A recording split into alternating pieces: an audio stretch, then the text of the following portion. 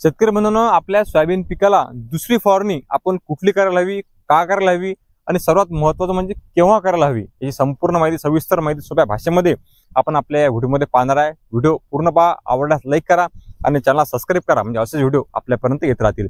तर प्रामुख्याने आपल्याला आपल्या सोयाबीन पिकाला दुसरी फवारणी आपण कुठली करायला हवी, तर ज्या वेळेस आपल्या सोयाबीन पिकाला 10% फुलधारणा आपली होते त्यावेळेस दुसरी फवारणी जर आपण घेतली तर खूप चांगले फायदे आपल्या सोयाबीन पिकामध्ये त्या ठिकाणी होणार आहे। तर आता फवारणी आपण कुठली घ्यायला पाहिजे, तर प्रामुख्याने आपण अगोदर अळीनाशक पाहू। आपल्या सोयाबीन पिकामध्ये जर अळीचा प्रादुर्भाव हा कमी असेल तर आपण इमेमॅक्टिन बेंझोएट 12 ग्रॅम प्रति 15 पंपाडी त्या ठिकाणी घ्या। इमेमॅक्टिन बेंझोएट हा एक घटक आहे आणि या घटकचं बरेचशा कंपन्या उत्पादन करतात। हा घटक आपल्याला महत्त्वाचा आहे, आपण कुठल्याही चांगल्या कंपनीचं उत्पादन असलेलं हा घटक त्या ठिकाणी घ्या। जर अळीचा प्रादुर्भाव कमी प्रमाणात असेल तर 12 ग्रॅम प्रति 15 पंपाडी आपण याचा वापर करा।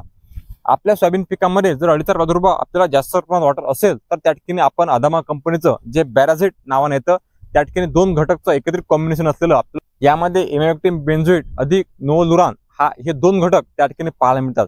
म्हणजे 2 घटकचं एकत्रित मिश्रण असलेलं बॅराझेट त्या ठिकाणी पाहायला मिळते आणि खूप चांगल्या पद्धतीने काम आपल्या सोयाबीन पिकावर दुसऱ्या फवारणीच्या वेळेस त्या ठिकाणी हे करते।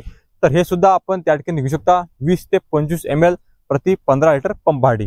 तसेच आपल्या सोयाबीन पिकामध्ये जास्त प्रमाणात फुलधारणा त्या ठिकाणी झाली पाहिजे, सोयाबीनची क्वालिटी आपली मेंटेन राहिली पाहिजे, यासाठी आपल्याला टॉनिक घ्यायची आहे, म्हणजे टाटा बहार 30 ते 35 ml प्रति 15 लिटरच्या पंपाडी।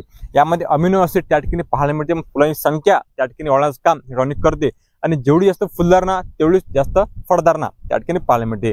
आपल्या जर काही कारणास्तव टाटा बहार नाही मिळालं तर आपण 1261 हे विद्राव्य खत सुद्धा दुसऱ्या फवारणीमध्ये घेऊ शकता। 80 ते 100 ग्रॅम प्रति 15 पंपाडी आपल्याला याचा वापर करायचा आहे, परंतु टाटा बहार किंवा 1261 या दोनपैकी एकच आपल्याला घ्यायचा आहे। दोन्ही घेऊन जास्त आपल्याला खर्च करायचा नाही, दोनपैकी एक घेतलं तरी चांगले फायदे आपल्या त्या ठिकाणी होणार आहे। शेतकरी बंधूंनो, तिसरं महत्त्वाचं म्हणजे आपल्या भागामध्ये तर त्या ठिकाणी कंटिन्युअसली पाऊस चालू असेल, आपलं सोयाबीन जर पिवळं पडलं असेल किंवा येलो मोझॅक याची भीती जर आपल्याला वाटत असेल तर आपल्याला एक बुरशीनाशक घ्यायचं आहे, ते म्हणजे टेबुकोनाझोल अधिक सल्फर हे घटक आहेत। या घटकचं कुठल्याही कंपनीचं आपण बुरशीनाशक घेऊ शकता। यानं काय होईल की यामध्ये सल्फर सुद्धा आहे आणि टेबुकोनाझोल हा घटक सुद्धा आहे, म्हणजे या बुरशीनाशकनं आपलं सोयाबीन जे पिवळं त्या ठिकाणी पडणार नाही किंवा पिवळं पडलं असेल तर परत जसं क्वालिटी हिरवं त्या ठिकाणी होणार आहे। 2 घटक यामध्ये असल्या कारणाने आणि यामध्ये सल्फर असल्या कारणाने सोयाबीनचा दाना भरेल सुद्धा। तर हे बुरशीनाशक हे फंगिसाइड त्या ठिकाणी आपण घेऊ शकता, खूप चांगल्या पद्धतीने काम जे आहे ते करते। शेतकऱ्यांनो, सर्वात महत्त्वाचं त्या ठिकाणी आपल्याला पंपामध्ये घ्यायचं आहे सिलिकॉन स्टिकर, ज्याचा डोस असतो त्या ठिकाणी 5 ml।